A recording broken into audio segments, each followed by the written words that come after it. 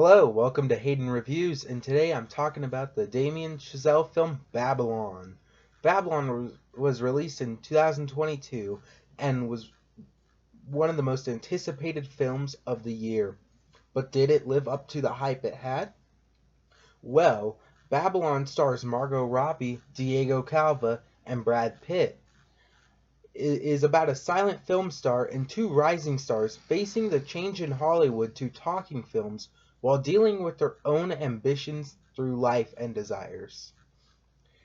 It was nominated for 3 Oscars, including Best Original Score, Best Production Design, and Best Costume Design.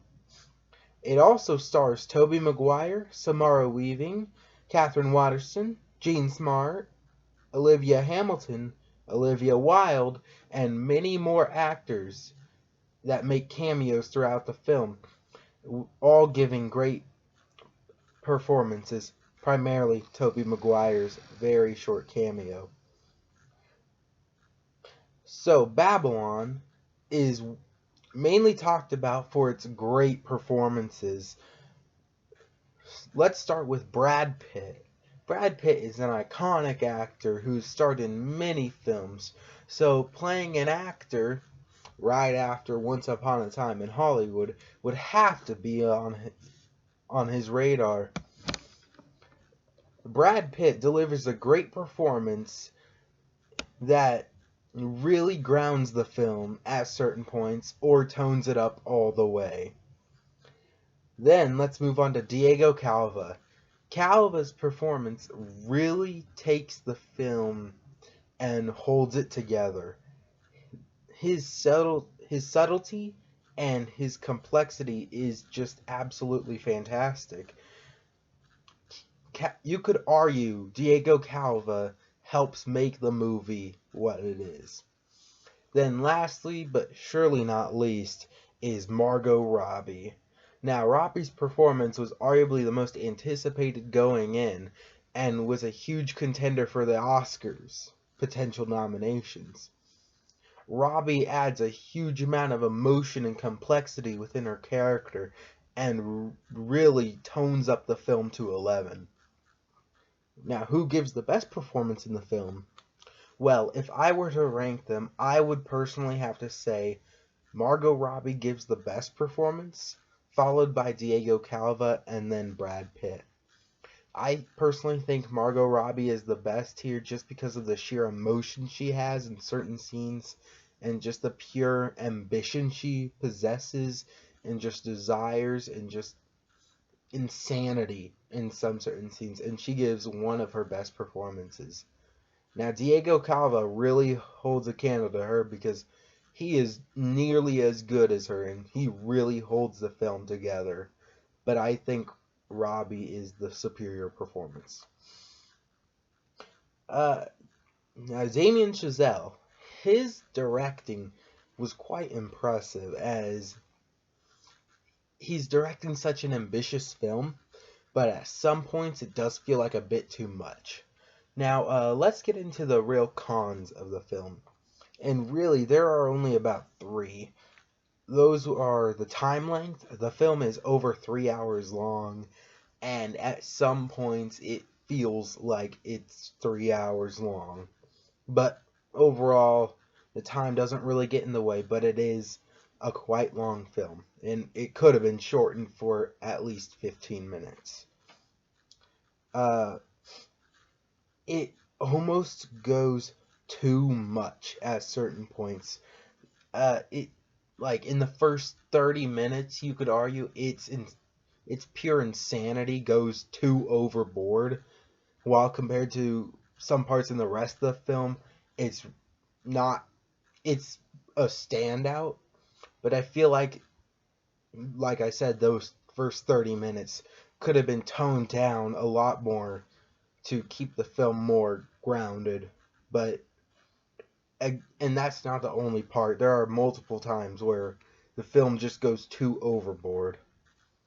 And lastly, it is super ambitious. Like, quite possibly the most ambitious film of 2022.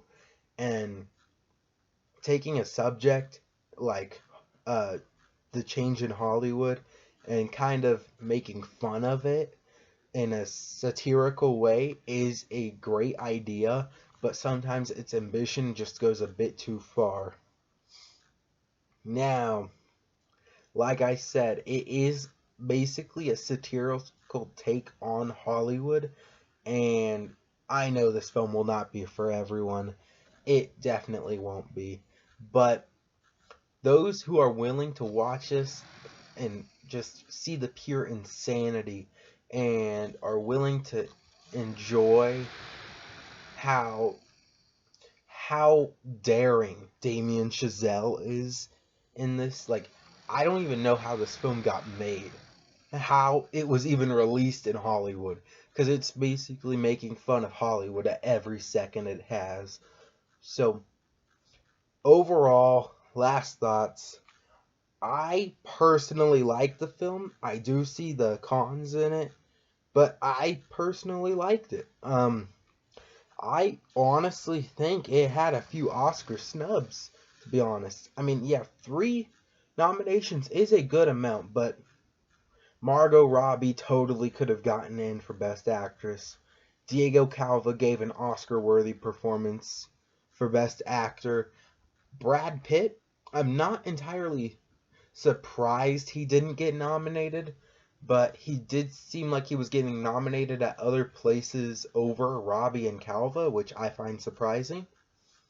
I mean, Pitt was great, but it really wasn't anything we haven't seen Brad Pitt do before. I think Damien Chazelle could have gotten in Best Director. I really do. I mean, yes, there was absolutely great competition, but I think that if people knew the type of film they were going to see and how insane it is at some points, I feel like Chazelle could have gotten in. I also think Best Picture was arguable. It could have gotten in Picture. If it did get in Actress, Actor, or Director, I feel confident it would have gotten in Picture as well. Before I give my final score, I must say one thing. A lot of reviews before watching this film really called this movie insane.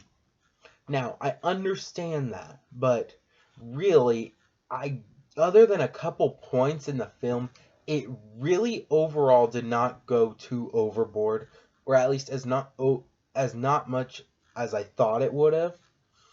I was expecting, like, because everyone was saying it was far crazier than The Wolf of Wall Street, but really, other than a couple scenes, it doesn't really hold past The Wolf of Wall Street that far. But overall score, I liked Babylon. I did.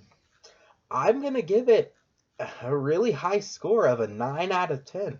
I think it's a great film that is a great satire on the change in Hollywood, and if you're willing to watch a crazy movie like a few people have described, it's basically The Wolf of Wall Street mixed with Once Upon a Time in Hollywood.